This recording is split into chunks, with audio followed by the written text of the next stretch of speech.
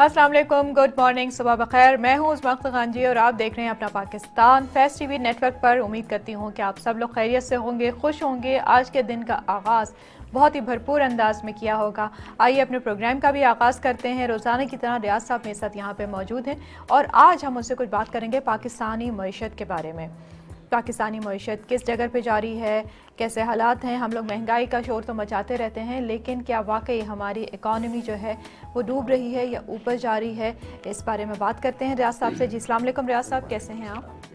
सलाम जी रियाज साहब, पाकिस्तान की इकॉनमी कैसी जा रही है, मौशी हालात हमारे किस तरीके के हैं? जी, अगर देखिए, अगर हम सियासतदानों के बयानात को देखें तो एक तरफ के सियासतदानों के मुताबिक तो बिल्कुल टॉप ऑफ द वर्ल्ड हम हो चुके हैं जी, ठीक है, और तो दूसरी एक तरफ वालों को दूसरा देखें तो लगता है कि बिल्कुल हम तबाह हो गए, बर्बाद हो गए।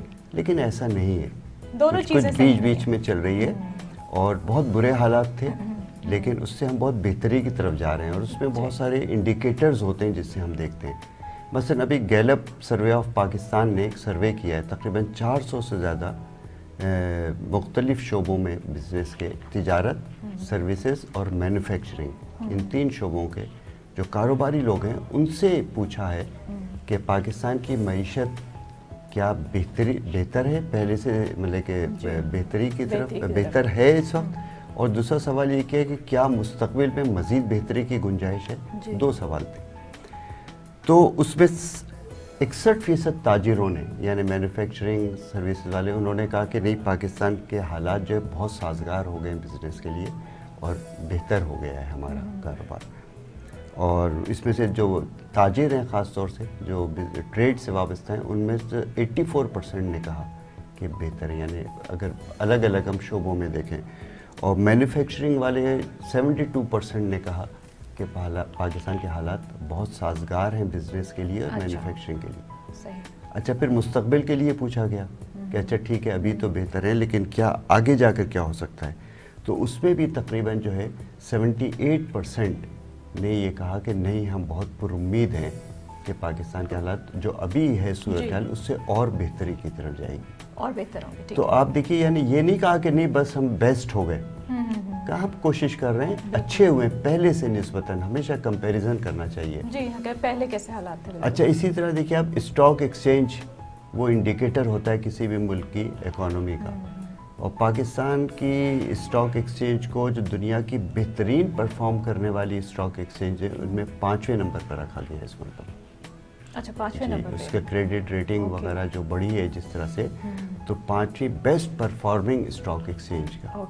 और ये बहुत बड़ी अलामत होती है, लेकिन बात ये है कि लोग इन चीज़ों को नहीं देखते और वो बेचारे बाज़ार जाते हैं, एक दो चीज़ों को महंगा देखकर समझते हैं बहुत ख़त्म हो गए। ऐसा नहीं है, कुछ चीज़ों के नताइज थोड़ा देर से आना शुरू होते हैं। आप कोई काम कर रहे होते हैं, जब तक वो इमारत मुकम्मिल ना हो जाए, आप तो उसमें घर में जाकर नहीं रह सकते ना, उससे क्या हालत होती है। बिल्कुल टाइम लगता है और कोई जादू की छड़ी तो होती नहीं है कि एकदम से जो है ओवरनाइट जो है चीज़ें। अच्छा, अब आप देखिए, ये जो अपने कंस्ट्रक्शन इंडस्ट्री को जो मुराद दी गई, उसके नतीजे में सीमेंट की पैदावार इतनी बढ़ने लगी है, इतनी मांग बढ़ गई है कि कई सीमेंट इंडस्ट्रीज अलहदा से यूनिट कायम कर रही हैं उस मांग को पूरा करने के लिए, यानी उसमें 2 साल लगेंगे, चूँकि पूरा अलहदा यूनिट बना रहे हैं वो, अभी वो अपनी जो उनकी कैपेसिटी है उसको पूरा नहीं कर पा रहे हैं, जो डिमांड है। टेक्सटाइल सेक्टर को देखिए आप, और पावर लूम्स को, एक्सपोर्ट बढ़ी है पाकिस्तान की इस वक्त, और लेकिन लोग उसको नहीं देखते। फिर पाकिस्तानी जो ओवरसीज़ पाकिस्तानी हैं, उनका पाकिस्तान पर कितना एतमाद बढ़ा कि पिछले गुज़िश्ता 8 माह से मुस्तकिल हर माह उनके इजाफा होता जा रहा है उनके रेमिटेंसेस में। यानी पाकिस्तान का जो करंट अकाउंट जो हम कहते हैं सरप्लस हुआ है, वो उसका बेशतर हिस्सा, चूँकि उसमें एक्सपोर्ट भी शामिल होती है, एक्सपोर्ट का हम पैसा शामिल करते हैं, और जो रेमिटेंसेस आती हैं, और वो इस कदर बढ़ी है कि हमारा ट्रेड करंट अकाउंट जो है सरप्लस हुआ है। करंट अकाउंट सरप्लस का मतलब गवर्नमेंट के पास पैसा है। अब जब गवर्नमेंट के पास पैसा होगा तो वो हमारे लिए खर्च भी कर सकेगी ना, जब ही तो स्कीमें लॉन्च हो रही हैं। तो हमें देखना चाहिए, हम हर बात पर, अभी आपने भी बड़ा एक प्रोग्राम में कहा था कि साहब पेट्रोल की कीमत 2 मरतबा बढ़ गई, ठीक है, बढ़ गई, अच्छा, अब आपको मैं इंडिया की मिसाल दूं।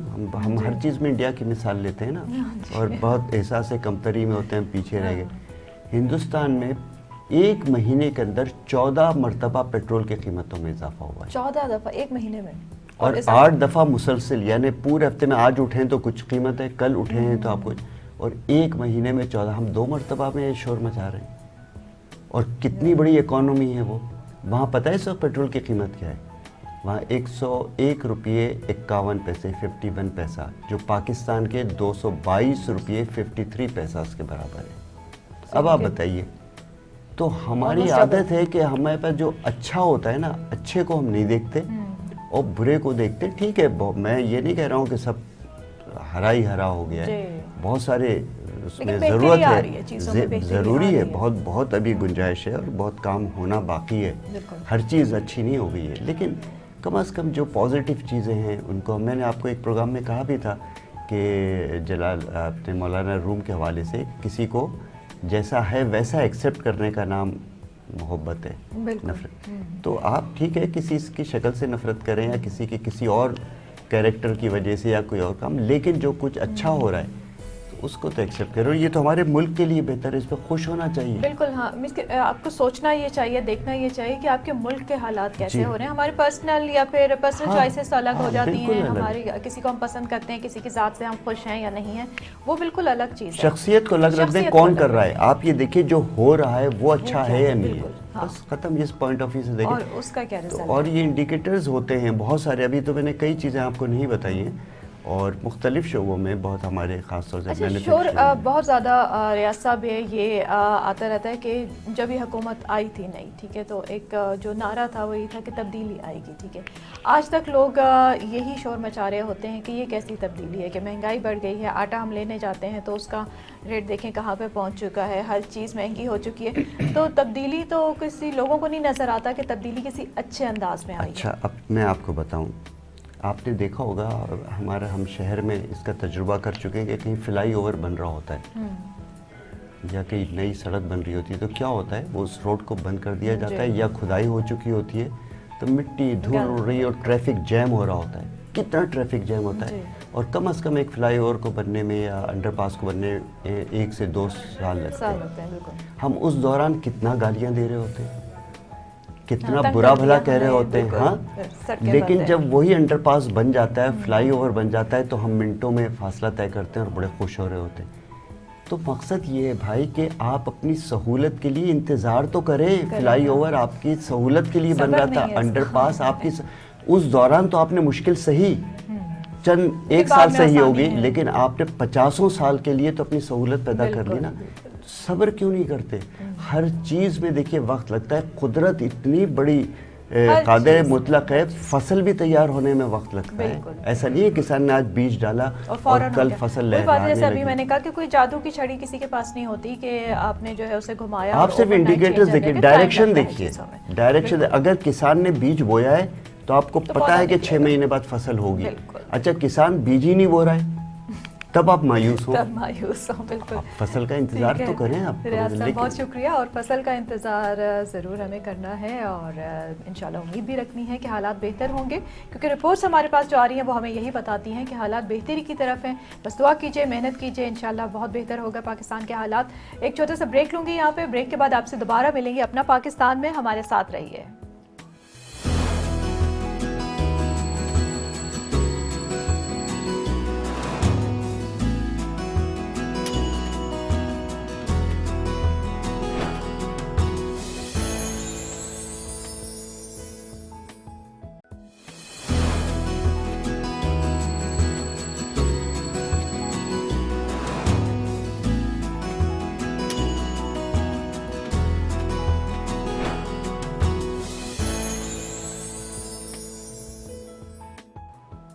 Welcome back. आप देख रहे हैं अपना पाकिस्तान, मैं हूं उस्मा, और इस वक्त मेरे साथ मेरे प्रोग्राम में एक ऐसी गेस्ट मौजूद हैं जो अब किसी तारुफ की मोहताज नहीं है। सारे पाकिस्तान का सर उन्होंने फ़ख्र से बुलंद किया है, और आप सब, जैसे ही मैं उनका नाम लूँगी आप सब उनको पहचान जाएंगे।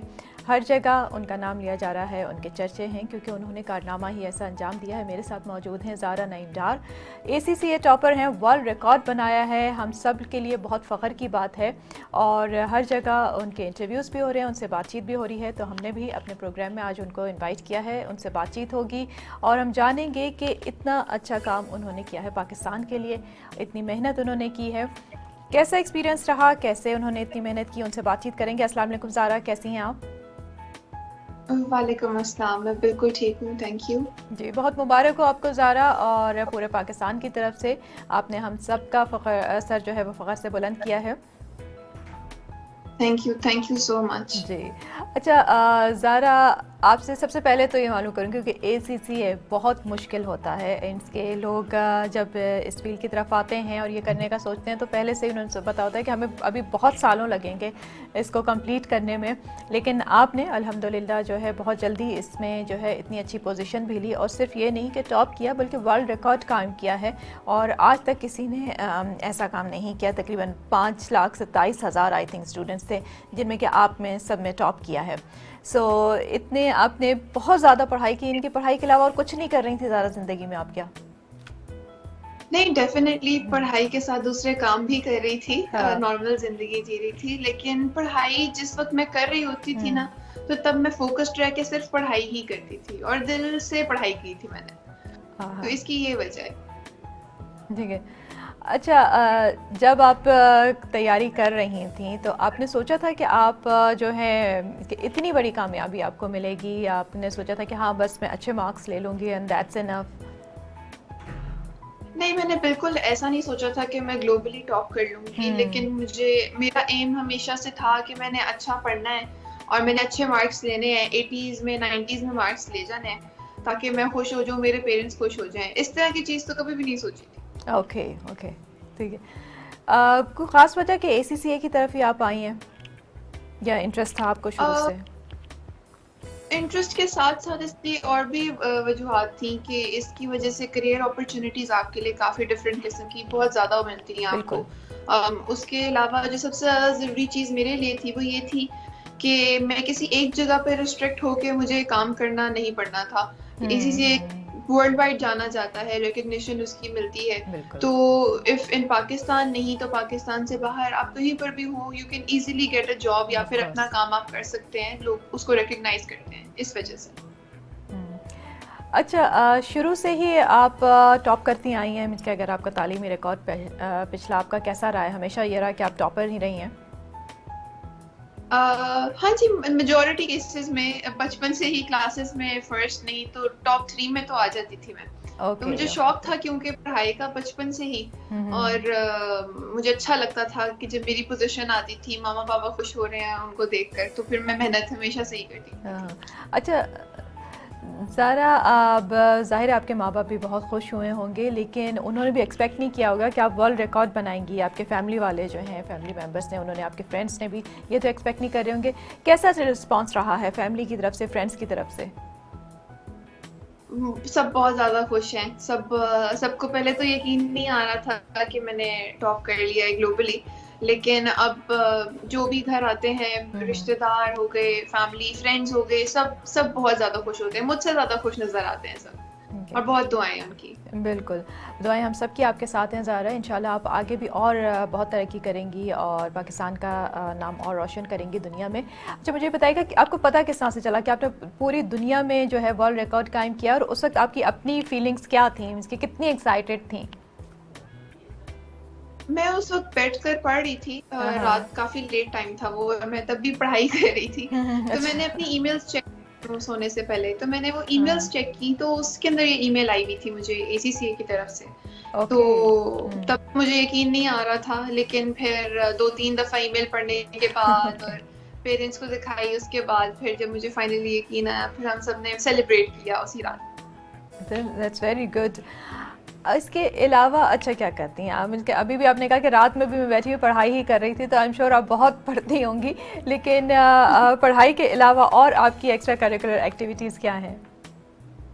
नहीं, मैं स्पोर्ट्स में भी पार्ट लेती हूँ, मैं सिर्फ पढ़ाई नहीं करती। यूजुअली अगर मुझे, मतलब समर्स के अंदर स्विमिंग, विंटर्स के अंदर हॉर्स बैक राइडिंग, शूटिंग, ये सब Yeah. चीजें पापा ने बचपन से हम लोगों को, हम 3 बहनें हैं, हम सबको करवाई थी, क्योंकि Okay. हम आर्मी में, आर्मी के माहौल में वो जी। सब कुछ कॉमन होता है। हम्म। तो ये सब करना, फिर उसके अलावा आउटिंग्स, फ्रेंड्स के साथ बाहर घूमना फिरना, फैमिली के साथ गैदरिंग्स, हमारी फैमिली में गैदरिंग्स बहुत होती हैं। ओके। तो सब चाचू और हमारी फैमिली और सब जो है उस तरह से, तो सब वो चीज़ों में मेरा रहता है। अच्छा। ऐसा नहीं है कि सारा वक्त ही पढ़ती रहती हूँ। ऑलराइट। अच्छा, ज़ारा, इसमें अगर बच्चों की तालीम में उनके माँ बाप का बहुत हाथ होता है, ठीक है, कि किस तरीके से उनको तरबियत दी जाती है, किस तरह से, क्योंकि अक्सर उनका इंटरेस्ट बच्चों का स्पेशली जो है वो तालीम की तरफ और किताबों की तरफ किस तरह से डेवलप किया जाता है। तो आई एम श्योर कि आपके पेरेंट्स का भी इसमें बहुत बड़ा हाथ रहा होगा। थोड़ा सा ये बताइएगा कि किस तरह से, मीन्स कि आपके शुरू से ही आपने कहा कि आपके अच्छे ग्रेड्स आते थे हमेशा सही क्लासेस में, तो क्या आपका पैटर्न था पढ़ाई की तरफ, कितने आवर्स की आप पढ़ाई करती थी, किस तरह से? और ताकि मैं इसी सवाल इसलिए पूछ रही हूँ ताकि और लोग जो हमारे प्रोग्राम देख रहे हैं वो भी, क्योंकि हर पेरेंट की ख्वाहिश होती है कि उसका बच्चा अच्छी तालीम हासिल करे और अच्छे ग्रेड्स ले, तो किस तरीके से क्या पैटर्न बनना चाहिए बच्चे का, क्या उसके डे में कितने आवर्स के लिए ये ज़रूरी है कि वो पढ़े, कौन से टाइमिंग सही है? थोड़ा सा अगर आप ये बता दें कि आपका क्या पैटर्न रहा है लाइफ में, ताकि अगर लोग देख रहे हैं तो उसको फॉलो कर सकें।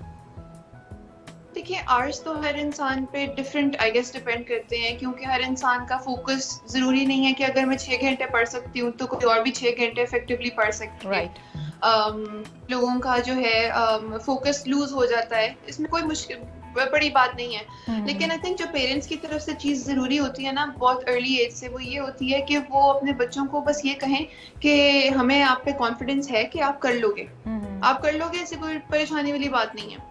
अगर पेरेंट्स बच्चों को ये कह देना कि तुम ना लायक हो या तुमसे नहीं हो रहा है, या ऐसी चीज, उनको डिस्करेजिंग वर्ड्स इस तरह के मिलेंगे तो वो चीज उनको डिमोटिवेट करेगी और वो कभी भी उतना अच्छा परफॉर्म नहीं कर पाएंगे। Right. तो मेरे पेरेंट्स ने भी मुझ पे कभी प्रेशर नहीं डाला कि अच्छा बैठ के पढ़ो, चलो होमवर्क करो। उन्होंने बस ये कहा हमें पता है आप कर लोगी। उनका इतना कहना ही ना मेरे लिए इनफ होता था, और मुझे होता था कि अब मेरे ऊपर रिस्पॉन्सिबिलिटी है तो मैंने खुद से करना है। वो एक्सपेक्ट कर रहे हैं कि मैं अच्छा करूंगी तो मुझे परफॉर्म करना है, इसीलिए मेहनत करने का दिल मेरा वहां से शुरू किया था, डेवलप हुआ था मेरा शौक। और यही था कि बचपन में भी खेलना कूदना मेरा बहुत ज्यादा होता था, दोपहर से लेके शाम तक मैं बाहर ही खेलती रहती थी पार्क में। लेकिन जाने से पहले मैं हमेशा अपना होमवर्क खत्म करके ही जाती थी। अच्छा, मुझे पता था कि मैं टेंशन के बगैर खेलना है। तो अभी भी मेरी यही अप्रोच है कि पढ़ाई कर ली 1-2 घंटे दिन की, रोज एवरीडे पढ़ाई कर ली, 1-2 घंटे कर ली, उसके बाद बाकी एंजॉय करें। बाकी टाइम आपका अपना टाइम है, बिल्कुल।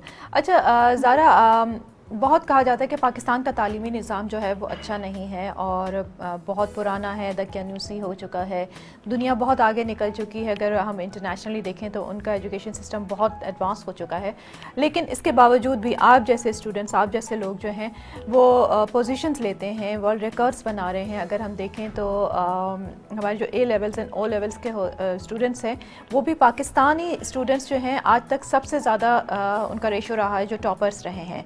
हम हमेशा नेगेटिव चीज़ों को तो हाईलाइट करते रहते हैं कि हमारा तालीमी निज़ाम अच्छा नहीं है, लेकिन इस तालीमी निज़ाम में रहते हुए भी बहुत से स्टूडेंट्स बहुत आगे जा रहे हैं। तो आप क्या कहेंगे हमारे तालीमी निज़ाम को? डू यू रियली थिंक कि हमारा पुराना हो चुका है, दकियानूसी, ऐसे चेंज होने की ज़रूरत है, या फिर ये सही तालीमी निज़ाम है? इम्प्रूवमेंट की तो जगह हर जगह पर ही होती है। इम्प्रूवमेंट जितनी आप ला सकें लानी चाहिए, even if you are the best फिर भी आप इम्प्रूव कर सकते हैं। तो इम्प्रूवमेंट इन दिस केस जरूरी है कि रिसोर्सेज ज्यादा प्रोवाइड अगर किए जा सकते हैं तो वो जरूरी है, क्योंकि हर किसी को वो रिसोर्सेज नहीं मिल पा रहे। जिस तरह हर कोई रिमोट एरियाज में इंटरनेट एक्सेस नहीं है उनके पास, तो वो उन रिसोर्सेज को पढ़ाई के लिए यूज नहीं कर सकते, तो दैट इज अ प्रॉब्लम, वो हिंड्रेंस एक है। लेकिन अदर देन दैट ये आई गेस स्टूडेंट्स पे बहुत ज्यादा डिपेंड करता है कि आपके पास जितने रिसोर्सेज हैं, चाहे वो एक बुक है, चाहे इंटरनेट है, आपके पास लैपटॉप है, सब कुछ है, आप कितना यूज करते हैं वो सब आपके अपने ऊपर है। तो आपका फर्ज बनता है एज अ स्टूडेंट कि आप जिस भी सिस्टम में है, जैसा भी आपका एजुकेशन सिस्टम है, आप O लेवल्स कर रहे हैं, आप यूनिवर्सिटी में हैं, आप उन चीज़ों को सिर्फ पास होने के लिए ना पढ़ें, लेकिन आप पूरा फ़ायदा उठाने के लिए अपने सारे रिसोर्सेज को यूटिलाइज करें। कुछ सीखें भी उससे, क्योंकि एक जो हमारे यहाँ एक ट्रेंड है रट्टा लगाने का कि हम सिर्फ ये करते हैं कि बस चीज़ें इतनी याद कर ली जाएं कि हम पास हो जाएं, पासिंग मार्क्स मिल जाएं और सिर्फ इम्पॉर्टेंट क्वेश्चंस जो हैं उनको याद कर लिया जाए। ये बहुत हमारे यहाँ होता है कि अच्छा ये वाले क्वेश्चन तो ज़रूर आएंगे, पिछले 5 साल में आते रहे तो इनकी बस हम तैयारी कर लें। अच्छा ज़रा वो जी बोलिएगा। मैंने कहा आप जो सही कह रही हैं, ये जो अप्रोच है ना कि इतने ये वाले क्वेश्चंस कर लें तो सही हो जाएगा, पास हो जाएगा, ये वाली अप्रोच जब चेंज होगी तो तभी हम लोग आगे बढ़ सकेंगे। बिल्कुल, जब आप इससे पढ़ेंगे कि आपने कुछ सीखना है और आपने कुछ लर्न करना है कि जो भी जिस भी फील्ड के बारे में, जिस भी सब्जेक्ट के बारे में आप पढ़ रहे हैं, तो फिर ही आगे बढ़ सकते हैं। ज़रा फ्यूचर प्लान्स क्या हैं, अब आगे के क्या प्लान्स हैं, क्या करना चाहती हैं? पाकिस्तान में ही रहना चाहती हैं? अब तो आपके लिए सारी दुनिया के दरवाजे खुले हुए हैं, कहीं भी आप जाके आला तालीम भी हासिल कर सकती हैं, इससे आगे भी पढ़ सकती हैं। फ्यूचर प्लान्स आपके क्या हैं? आपने क्या सोचा है कि आगे क्या करना है? मेरा ये लास्ट ईयर है ACCA का। मेरा ACCA इंशाल्लाह इस साल कंप्लीट हो जाएगा, उम्मीद करती हूँ। और उसके फौरन बाद से मैंने फिर अपनी आर्टिकलशिप स्टार्ट करनी है, जो कि 3 साल का एक्सपीरियंस कंपल्सरी होता है ACCA के सब मेंबर्स बनने के लिए। तो उसके बाद फिर अगेन फर्दर स्टडीज़ का कुछ नहीं पता अभी तो। मुझे शौक तो रहा है क्योंकि पढ़ाई का, तो हो सकता है मैं आगे फर्दर और पढ़ूँ। हो सकता है पाकिस्तान से, हो सकता है कहीं बाहर से पढ़ूँ, अभी I am not sure about it. लेकिन फौरन से मुझे इसके बाद काम में जो है इन्वॉल्व होना है। जी, अच्छा ज़ारा, आपने बताया कि आपका इंटरेस्ट स्पोर्ट्स की तरफ भी है। सो आपके बहुत क्लोज रिलेटिव हैं अलीम डार साहब, जो कि वो भी फ़ख्र पाकिस्तान हैं और क्रिकेट से उनका ताल्लुक़ है, तो आपको कितना इंटरेस्ट है क्रिकेट की तरफ? काफी ज्यादा, क्योंकि हमारी फैमिली में वो चाचू की वजह से हमारी सारी फैमिली ही क्रिकेट के अंदर बहुत ज्यादा इन्वॉल्व रही है। बचपन से हम लोग हर ईद पे जो है हमारा एक मैच होता था ग्राउंड में। हम लोग सारी फैमिली मेंबर्स होते थे और क्रिकेटर्स भी होते थे, कुछ जो क्लोज फ्रेंड्स हैं चाचू के। और मतलब वो देखते ही हम लोग, मतलब वो देखकर ही हम बड़े हुए। तो डेफिनेटली इंक्लिनेशन है टुवर्ड्स क्रिकेट। बचपन में बहुत खेला है, अभी उतना वक्त नहीं मिलता लेकिन देखते जरूर हैं। देखते हैं और खेलते भी रहे, जाहिर है। अच्छा तो आपके चाचू का क्या रिएक्शन था? उन्होंने, क्योंकि अभी तो आजकल तो वो PSL में काफ़ी बिजी हैं, लेकिन आपको यकीनन मुबारकबाद दी होगी, उनका क्या रिएक्शन था? वो बहुत ज़्यादा खुश हैं। मैं समझती हूँ जितने मेरे फादर खुश हैं ना, वो उतने ही खुश हैं मेरे लिए।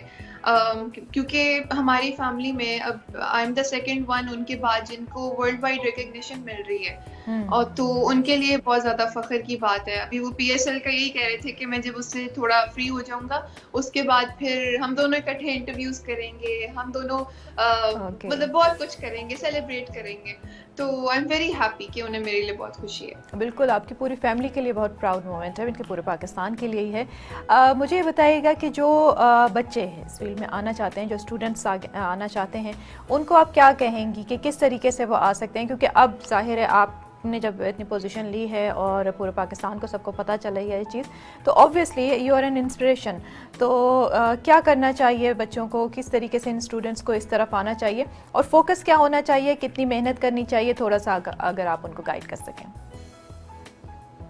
मैं यही कहूँगी कि अगर आपका इंटरेस्ट है इसमें, अकाउंटेंसी में, तो तभी आपको इस प्रोफेशन में आना चाहिए। इसमें क्या, किसी भी प्रोफेशन में आपने जाना है, इंटरेस्ट जरूरी होता है। क्योंकि अगर आप जबरदस्ती जा रहे हैं, आपके पेरेंट्स आपको फोर्स कर रहे हैं, आप उतना दिल लगा के कभी भी उसके लिए मेहनत नहीं करेंगे, आप उतना आगे नहीं बढ़ सकेंगे।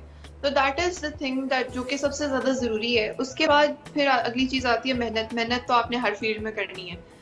इसमें हो सकता है थोड़ी ज्यादा करनी पड़े, आपको रातें जागनी पड़े, आपको बहुत पढ़ना पड़े, लेकिन आपको रोज का रोज आप पढ़ेंगे, वक्त से पहले पढ़ना शुरू कर देंगे, आपको डेडलाइंस दें, तो आप बहुत अच्छा परफॉर्म कर सकते हैं। राइट, कि आप ये आपने बहुत अच्छी बात की, खुद को आप डेडलाइंस दें और बिल्कुल एंड पे नहीं लेके जाएं, क्योंकि हम लोगों की अक्सर आदत ये होती है कि जब एग्ज़ाम्स का वक्त करीब आता है तभी हम पढ़ना शुरू करते हैं और पूरा साल बस बुक्स को साइड पर रखा होता है। तो ये मत कीजिए, तवज्जो दीजिए, अपनी डेडलाइंस खुद बनाइए, अपने टारगेट्स खुद बनाइए और फिर उनको अचीव कीजिए। बहुत शुक्रिया ज़ारा हमें ज्वाइन करने के लिए, and I wish you all the best. आप आगे और तरक्की करें, पाकिस्तान का नाम और रोशन करें। बहुत शुक्रिया प्रोग्राम में हमें ज्वाइन करने का। जी, इसके साथ ही एक ब्रेक लूँगी, ब्रेक का वक्त है यहाँ पे, और उसके बाद आपसे दोबारा मिलेंगे अपना पाकिस्तान में। हमारे साथ रहिए।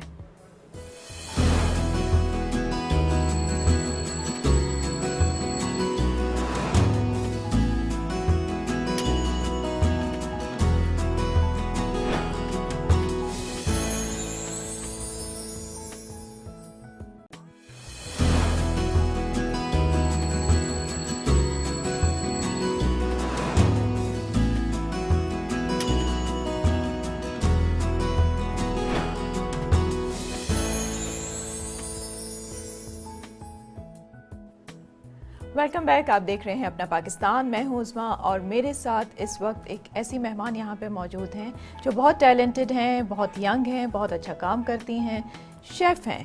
राहिला मेरे साथ यहाँ पे मौजूद है। और एक टाइम था कि जब खाना पकाना सिर्फ घर में जो मौजूद ख़वातीन हैं उनका काम समझा जाता था, किचन में जाके सिर्फ वो काम करती थी, लेकिन अब इसको बहुत प्रोफेशनली आजकल की लड़कियां और लड़के भी इस काम को कर रहे हैं, बाकायदा इसकी तालीम हासिल कर रहे हैं, होटल्स में जाके, रेस्टोरेंट्स में जाके काम कर रहे हैं और अपना भी बिज़नेस इस काम से चला रहे हैं। मेरे साथ राहिला यहाँ पे मौजूद हैं। इन्होंने किस तरीके से काम स्टार्ट किया, कैसे इस काम का इंटरेस्ट हुआ, इनसे मालूम करते हैं। अस्सलाम वालेकुम राहिला, क्या हाल है? अस्सलाम वालेकुम। कैसी हैं? अल्हम्दुलिल्लाह मैं ठीक हूँ। ठीक ठाक, खैरियत से। अच्छा राहिला, थोड़ा सा अपने बारे में बताइएगा, क्या कैसे शौक़ हुआ कुकिंग की तरफ आने का? इसमें शौक़ तो मेरा बचपन से ही था। मेरी मदर एक्चुअली काम करती थी, मतलब घर पर ही बेकिंग करती थी और फिर उन्होंने थोड़ा सा ऑनलाइन अपना स्टार्ट किया। और था आप तो बेकर हैं? जी बेकर हैं। मैं बेकर हूँ। ठीक है। फिर मैंने उसको प्रोफेशनली प्रॉपर एक डिप्लोमा किया, उसके बाद फिर वहीं इंटर्नशिप की अपने इंस्टीट्यूट में। तो वहीं जो मेरे शेफ़ थे, जो मेरे टीचर थे, उन्होंने मुझे इंटर्नशिप के बाद अपना असिस्टेंट शेफ़ हायर कर लिया था। अच्छा। मेरा काम देखते हुए शायद, क्योंकि उनको काफ़ी मुझ पर वो था। फिर वहीं मैंने क्लासेस लेनी स्टार्ट की। तो बेकिंग की मैं क्लासेस भी लेती हूँ और हमारे बेकरी भी है, तो बैक साइड पर प्रोडक्शन एरिया पूरा। तो प्रोडक्शन एरिया में डेली बेसिस पे हमारे बिस्किट्स हैं, ब्रेड्स हैं, जो भी बेकरी आइटम्स हैं वो सब हम लोग रेडी करते हैं डेली। करते हैं। तो यानी कि वहीं से इंटर्नशिप की कोर्स भी वहीं से किया, फिर इंटर्नशिप? जी हाँ, मैंने और बाकायदा वहीं पे जॉब। मुझे ऑलमोस्ट 3 इयर्स होने वाले हैं इस फील्ड में। तो कैसा लग रहा है? मज़ा आता है काम करने में? बहुत मज़ा आता है। ये बहुत क्रिएटिव फील्ड है। डेली कुछ नया सीखने को मिलता है। स्टूडेंट से भी मैं भी सिखाती हूँ और मुझे भी सीखने को मिलता है डेली। तो ये बहुत इंटरेस्टिंग फील्ड है।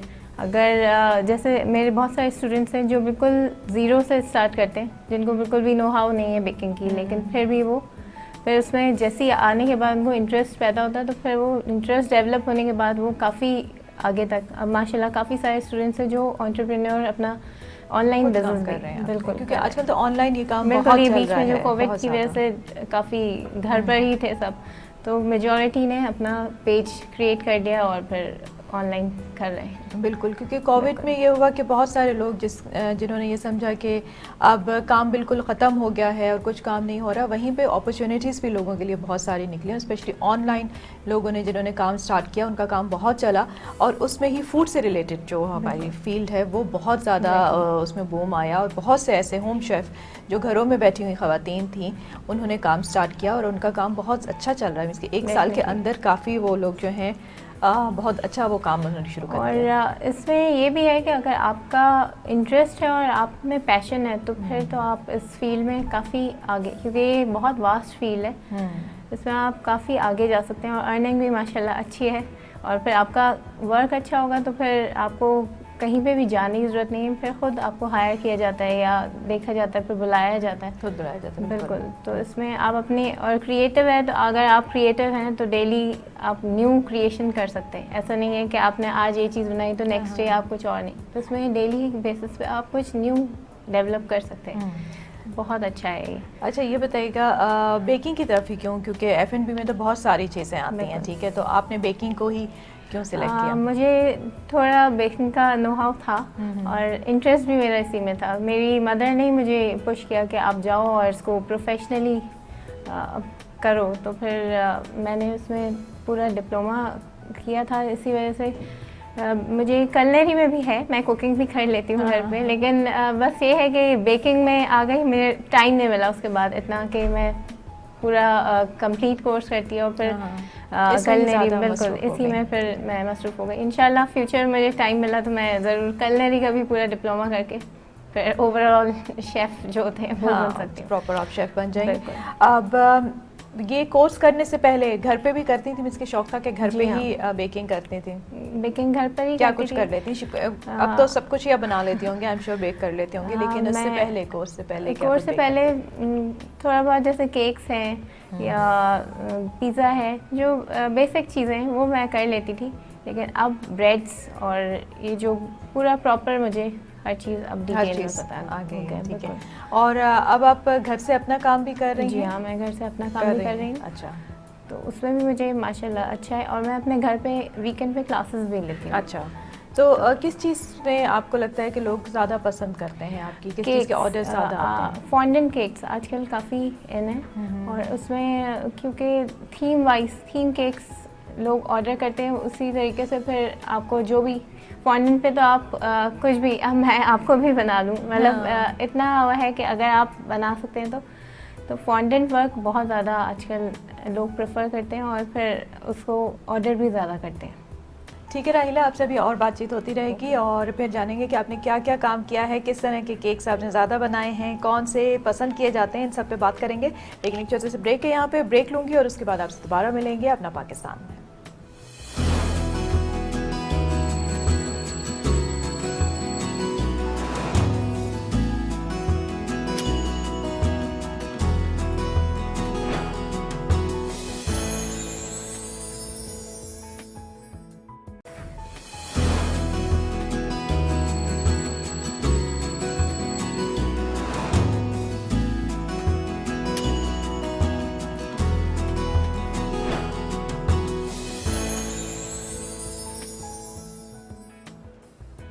वेलकम बैक, आप देख रहे हैं अपना पाकिस्तान। मैं हूं उस्मा और राहिला मेरे साथ यहाँ पे मौजूद हैं। शेफ़ हैं, बेकर हैं, बेकिंग करती हैं, बेकिंग करती भी हैं और सिखाती भी हैं, इंस्टीट्यूट में पढ़ाती भी हैं। बहुत से बच्चों को सिखा रही हैं कि बेकिंग किस तरह से हो सकती है, घर से भी क्लासेस करती हैं। और बात वही है कि इंटरेस्ट की बात होती है, अगर इंसान का शौक़ हो तो वो हर काम कर सकता है। इनका भी शौक़ था, घर से स्टार्ट किया, उसके बाद बाकायदा कोर्स किया और अब प्रोफेशनली इस काम को आगे लेके चल रही हैं। इनसे मज़ीद बात करते हैं बेकिंग के ऊपर ही। अच्छा राहिला, अब हम बेकिंग के ऊपर आते हैं, थोड़ी सी इसकी जो टेक्निक्स हैं, टेक्निकलिटीज़ होती हैं, उनके ऊपर आते हैं कि जो हम नॉर्मल खाना बनाते हैं, कुकिंग करते हैं, उसमें तो हमें इतनी मेजरमेंट और इन चीज़ों का ख्याल नहीं रखना पड़ता और पकाते पकाते हम चख भी सकते हैं तो हमें पता चल जाता है अच्छा टेस्ट कैसे क्या। लेकिन बेकिंग इज़ समथिंग जिसमें कि आपको हर चीज़ प्रॉपरली मेजर्ड होनी चाहिए कि कितने ग्राम्स आपने लेने हैं, कितने स्पून्स लेने हैं, हर चीज़। और वरना अगर थोड़ी सी भी चीज़ें ऊपर नीचे हों तो आपका फिर बेकिंग जो है वो सही नहीं होती और रेसिपी ख़राब हो जाती है ऑब्वियसली। तो सबसे ज़्यादा कौन सी चीज़ सबसे ज़्यादा इंपॉर्टेंट होती है कि उसका बहुत ज़्यादा ख्याल रखना ज़रूरी है? सबसे ज़्यादा इम्पॉर्टेंट है आपका अवन का टेम्परेचर। ओके, अवन अगर आपका प्री हीट नहीं होगा, आपने सबसे पहले आप हमेशा अगर आप बेकिंग कर रहे हो तो एंटर होते ही अपना अवन प्री हीट होने रख दीजिए। सही। 20 मिनट्स मिनिमम अवन को होना चाहिए प्री हीट। Okay. और बेकिंग में पेशेंस बहुत ज़रूरी है। बहुत सारे लोगों की आदत होती है कि बस जल्दी जल्दी बेकिंग, कुकिंग तो हम स्टोव का कम ज़्यादा करें और वो हो जाती है। बेकिंग में आप ऐसे नहीं कर सकते। अगर प्रॉपर आपने एक टेम्परेचर रखा है 180 डिग्रीज पे उसको बेक करना है तो 180 डिग्रीज पे 25 मिनट्स बेक करना है। ये नहीं कि आप पहले निकाल लेंगे उसको या बार बार अवन को ओपन करके देखेंगे, उससे भी हीट आपकी बाहर आएगी और टेम्परेचर आउट हो जाएगा तो फिर आपकी रेसिपी ख़राब हो जाएगी। तो ये सब चीज़ों का ख्याल रखना होता है। फिर मेजरमेंट अगर ग्रामिंग्स में आप मेजरमेंट कर रहे हो तो फिर आपकी रेसिपी 1% है कि ख़राब हो, वैसे आपकी रेसिपी परफेक्ट बनेगी। तो ये सारी चीज़ों का ख्याल रखना चाहिए और थोड़ा अच्छा, अक्सर लोग अब जो घर में कर रहे होते हैं वो बुक्स से या फिर पहले तो बुक्स आया करती थी, इसके बहुत जैसे रिसाले होते हैं वो किताबें मिला करती थी खाने पकाने की। लेकिन अब यूट्यूब का बहुत ट्रेंड हो गया है। यूट्यूब के ऊपर आप देखें तो बहुत सारे जिसके हमारे यहाँ के जो लोकल शेफ्स हैं वो भी अपने वीडियोस डाल रहे होते हैं। इसके अलावा जो इंटरनेशनली आप देखें तो बहुत सारे शेफ्स हैं, बहुत सारी ऐसी साइट्स हैं जिनके के वीडियोस होते हैं। तो वो रेसिपीज़ अगर आप देखें तो काफ़ी हद तक मिलती होती हैं, कुछ चेंज भी होती हैं और उनको बनाएं कभी आपकी चीज़ सही बन जाती है, कभी ख़राब हो जाती है। तो ये क्या है? वो यही बात होती है क्योंकि YouTube पे आपको वो सब अच्छी चीज़ें शो कर रहे होते हैं। जो बैक पे हो रहा था वो जो ब्लेंडर्स होते हैं वो छुप जाते हैं। तो यही वजह है कि हर रेसिपी आपकी उससे ठीक नहीं बनती। कुछ रेसिपीज़ हैं जो आपकी अच्छी बन जाती हैं लेकिन हर रेसिपी उससे नहीं। तो ये वही है कि YouTube से अगर आपने सीख लिया तो फिर आप तो घर बैठे बैठे ही शेफ बन जाएंगे। इसके लिए पूरी प्रॉपर नॉलेज होनी चाहिए। हम थियोरेटिकल भी पूरा हमने डिप्लोमा में पढ़ा है, उसके भी एक पूरी एग्ज़ाम दिया। तो ये सारी चीज़ें फिर काउंट होती हैं। ऐसे घर बैठे बैठे शेफ़ का मतलब ही यही है ना कि कुकिंग तो हम सब कर देते हैं घर पे, लेकिन शेफ़ का मतलब ये है कि आप उसको प्रेजेंट भी करें और किस तरीके से डिफरेंट तरीके से, और फिर उसमें ये कि हर दफ़ा आपकी चीज़ जो है वो बिल्कुल एकदम बने। अगर हर दफ़ा सेम चीज़ आप बना रहे हो इट मीन्स कि आप अच्छे कुक हैं या अच्छे शेफ़ हैं। अगर आप हर दफ़ा गड़बड़ कर रहे हैं तो फिर तो ये सही नहीं है। तो ज़ाहिर है, और अगर प्रोफेशनली एक काम करना है तो फिर उसके लिए ज़रूरी है कि आप उसकी प्रोफेशनल नॉलेज भी लें, उसकी बाकायदा तालीम लें, उसको सीखें, जिस तरह से कि राहीला ने सीखा और आप कर रही हैं। अच्छा, ये बताइए कि घर पे आप जो सिखा रही होती हैं बच्चों को, तो किस एज से आप स्टूडेंट्स आपके पास आ रहे हैं? मैट्रिक आफ्टर मैट्रिक बच्चे आ जाते हैं। एक तो मेरी स्टूडेंट अभी लॉकडाउन में ही वो बच्ची भी परेशान हो गई थी, मेरी नेबर्स की ही बेटी थी, तो उन्होंने, वो छोटी थी 12 इयर्स की, तो उसको भी इंटरेस्ट था और पैशन था, तो उसने सीखा और काफ़ी चीज़ें बना के मुझे पिक्चर्स और वीडियोस सेंड करती थी। तो इसमें एज लिमिट नहीं है। अगर अच्छा, आप तो बच्चों का भी होता है, देखिए बच्चों में भी क्योंकि बेकिंग में तो बच्चों को बहुत शौक होता है और उनके लिए कोर्सेज भी हो रहे होते हैं अक्सर। समर्स में हमारे समर वेकेशंस में बच्चों के लिए भी कोर्स आते हैं, लेकिन अगर बच्चों को आप अकेले ना छोड़ें, थोड़े से इतना हो कि बच्चे खुद से हैंडल कर सकते हैं हैंड बीटर और उसको मिक्सिंग, तो फिर आप बस वॉच करते रहें और उनको दे दीजिए। अच्छा है कि उनके अंदर भी ये इंटरेस्ट है, तो वो फिर इन फ्यूचर बहुत उनके काम आएगा। और एज लिमिट नहीं है इसमें कोई भी, आप कितने भी बड़े हो जाएं, कितने भी छोटे, आप सीखें। और लर्निंग प्रोसेस तो हमारा वैसे भी कभी भी ख़त्म नहीं होता, चाहे हम मेरा हो आपका हो, ताहयात रहता है। तो वो बिल्कुल आप सीखते रहें, कभी भी ये ना समझें कि बस आज मैं शेफ़ बन गया हूँ तो मेरा लर्निंग प्रोसेस ख़त्म हो गया। आप सीखें, अपने स्टूडेंट्स से भी सीखें, बिल्कुल हर चीज़ को पॉजिटिवली लेके चलेंगे तो अच्छा रहता है। ठीक है। अच्छा, आपका कोई इंस्पिरेशन है, किसी शेफ को आप बहुत पसंद करती हैं? मेरी इंस्पिरेशन तो फर्स्ट ऑफ ऑल मेरी मदर थी, क्योंकि हम जब छोटे थे तो बच्चे फरमाइश करते हैं, तो मेरी मदर टीवी शोज़ देख के उसी से फिर थोड़ी बहुत बेकिंग करती थी, फिर आहिस्ता आहिस्ता उसी में उन्होंने काफ़ी अच्छा करने लगी। और शेफ़्स तो मेरे अपने जो टीचर थे, शेफ़ वकार उनका नाम है, उन्होंने मुझे बहुत अच्छा सिखाया है और मैं उन्हीं को इंस्पायर करके, फिर मेरा कोई इरादा नहीं था कि मैं जॉब करूं या टीचिंग करूं, बस ये था कि घर पर ही अपनी मदर के साथ फिर अच्छा अपना चला लूँगी। लेकिन फिर ऐसा हुआ तो फिर वो कहते हैं ना कि एक ऑटोमेटिकली आपका रास्ता बन जाता है, तो ये हुआ था। और शेफ़्स तो अगर अच्छे शेफ़ हों, और मैं लकी थी कि मुझे एक अच्छे शेफ़ मिले और मुझे इंटर्नशिप कहीं रेस्टोरेंट या होटल में नहीं करनी पड़ी, मैंने अपने ही प्रोडक्शन एरिया में किया और वहीं पे मुझे अपॉर्चुनिटी मिल गई। क्विकली बताइएगा कि आगे के अभी क्या प्लान्स हैं? आगे के अभी तो फ़िलहाल मेरा वहीं पे जॉब का ही है और अपना इंस्टीट्यूट करने का है इंशाल्लाह। तो बस होप फॉर द बेस्ट, आप दुआ कीजिए कि बिल्कुल मेहनत कीजिए और हम दुआ करेंगे इंशाल्लाह आपका काम आगे बढ़ेगा। और किसी दिन हमें भी केक खिलाइए, केक बना के लाएं और हम भी खाएंगे राहिला के हाथ का केक। जी, बहुत शुक्रिया राहिला प्रोग्राम में आने का। और इसके साथ ही प्रोग्राम का वक्त यहाँ पे ख़त्म होता है, आपसे इजाज़त चाहूँगी, लेकिन जाने से पहले आपको याद कराती जाऊँ कि फेस्ट टीवी नेटवर्क से जुड़े रहने के लिए हमें लाइक कीजिए, सब्सक्राइब कीजिए और बेल आइकन का बटन ज़रूर दबाइए और हमें फॉलो कीजिए इंस्टाग्राम, ट्विटर एंड फेसबुक पे। अपना बहुत ख्याल रखिए, उस वक्त तक को इजाज़त दीजिए। अल्लाह हाफ़िज़।